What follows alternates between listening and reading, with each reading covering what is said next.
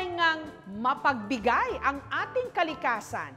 Napakaraming naidulot sa ating hapagkainan, nakakaiba man sa panlasa ng iba, nakagawian naman sa ilan nating mga probinsya.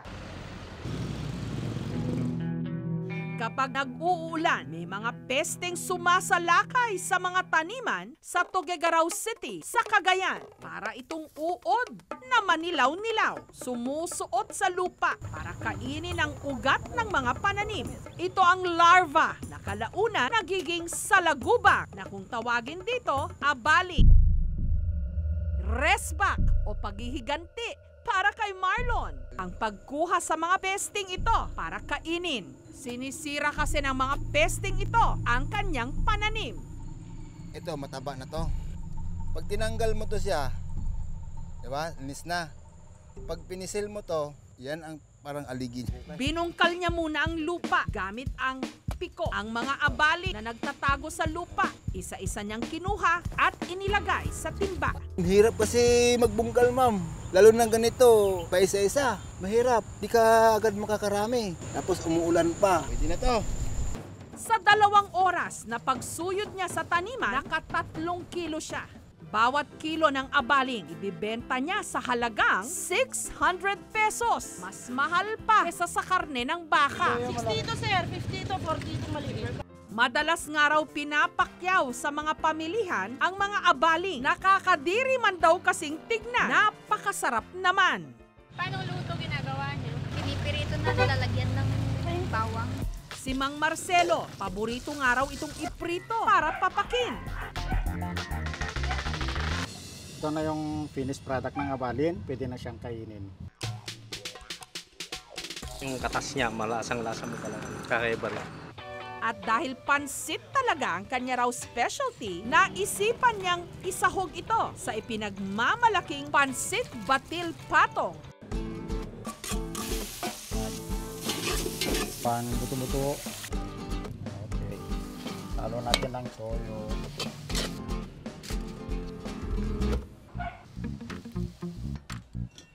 Sunod naman natin yung batil pa rin ng pansit na itlog. Okay lang. Batil patong.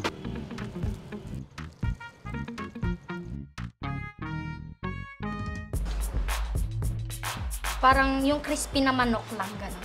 Bihira po yan kasi katulad ng gawa ng minsan mo lang matikman niya sa isang tao. Isa rin po delicacy yan, pwedeng ino-offer o dinadayo, gano'n.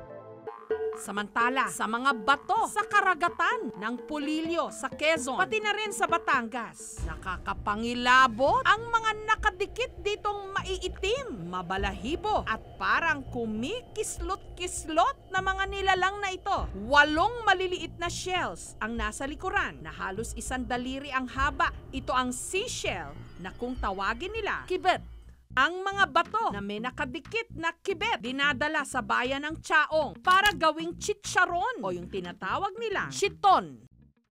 Sariwa itong idinideliver kay Glazel. Una, lagyan natin ng tubig ang fresh kibet. Kailangan nating lagyan ng asin para mas mapadali ang paglambot nito. Pinakuluan ito sa loob ng kalahating oras. Ito na ang pinalambot na kibet. Ang una nating tatanggalin ay ang shell niya. Matapos tanggalan ng shell, kinuskos ang mabalahibong bahagi ng katawan ng kibet at saka binilad ito sa loob ng 3 hanggang 7 araw. Ito na po ang pinatuyong kibet na aking hinugasan. Lagyan po natin ng bawang, asin at paminta. Matapos timplahan, muling pinakuluan para manuot ang lasa. Magdamagan pang ibinilad. Pagkatapos, iprinito na para maging chicharon. Masarap, tama sa timpla, masustansya, siguro dahil siya ay seafoods. Ang chicharon kasi patok na patok sa masa. Since uso ngayon ng mga healthier product, mga wellness, naisip ko, ano kaya i-offer ko tong chicharon ito? Ang chiton, ibinibenta 120 pesos kada pack. Para itong rambutan na nagkalat lang sa mga karagatan ng Katanawan, Quezon. Bilog na kapag pinitas at binuksan, tatambad ang maliliit nitong mga buto. Isang uri ito ng halamang dagat na ang tawag lusay.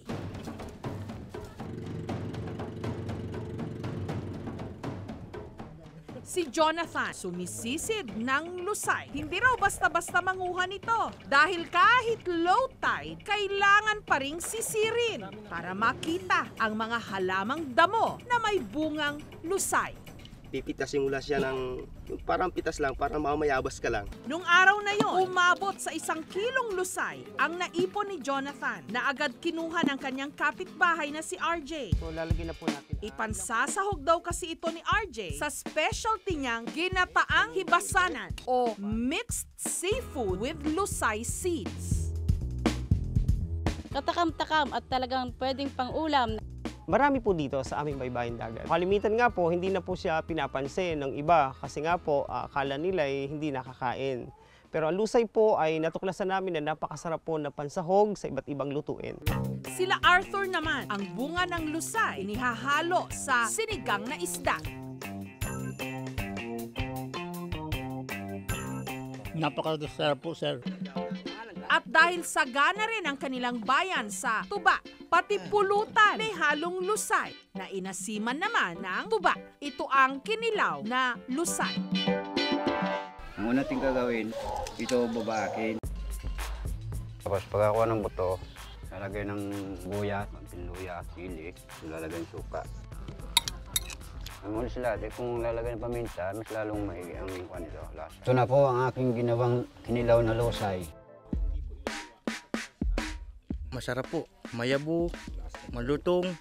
Yan po ang laging partner naman sa tuba. Yung seagrass ay yung pastures of the sea. Siya yung only flowering plant na can live entirely immersed underwater. Matatawag din siyang lungs of the sea kasi per square meter of seagrass bed can produce 10 liters of oxygen, so which is essential to the life of many marine organisms. At dahil sagana nga ang lusay sa mga karagatan ng Quezon, walang kahirap-hirap na pinipitas ito ng ilang mga residente. Ang mga buto ng lusay pwede ring kainin na hilaw. Saka po para sa reguila siyang kainin, malinamnam. Klase parang mais. Hindi naman laman dagat, kundi lamang loob ng isda.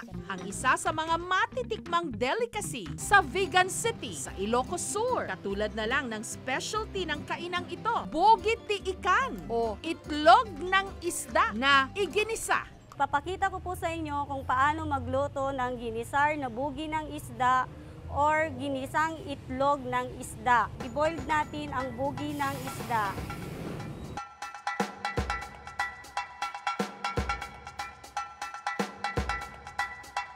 Kamatis. Ilagay po natin ang bugi ng isda. Ilagay din po natin ang itlog.